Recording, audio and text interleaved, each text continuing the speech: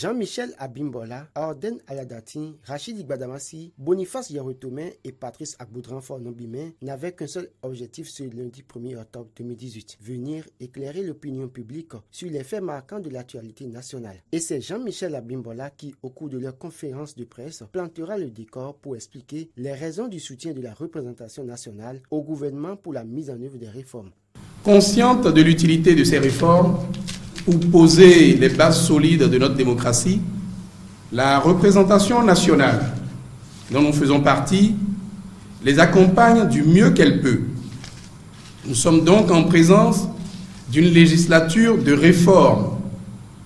Cela était déjà annoncé ainsi avant l'avènement du président Talon.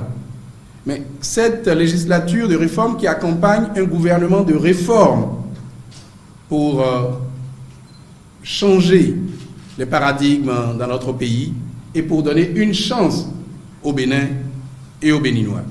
Et donc, pour mieux accompagner ces réformes du gouvernement, des lois sont votées pour le bonheur des populations par la 7e législature. Autant de lois. Au total, 141 lois votées qui suscitent des contestations et des interrogations de la part des députés de la minorité parlementaire et des populations. Mais selon Jean-Michel Abimbola, ces lois et réformes bousculent des intérêts. Aucune réforme ne se fait sans résistance. Et nous ne sommes pas étonnés fondamentalement. Mais ce qui nous surprend, c'est la virulence de ces propos. C'est le fait qu'on essaye d'instrumentaliser, de manipuler la jeunesse. C'est le fait qu'on essaye de faire prendre des vessies pour des lanternes. Orden Ayadati, prenant la parole, a évoqué les cas de la lutte contre la corruption, de la criette, cours de répression des infractions économiques et du terrorisme. C'est une exigence de traquer le blanchiment des capitaux, de traquer les crimes économiques. Depuis qu'on a voté la loi sur la corruption au Bénin, il devrait avoir des instruments juridiques,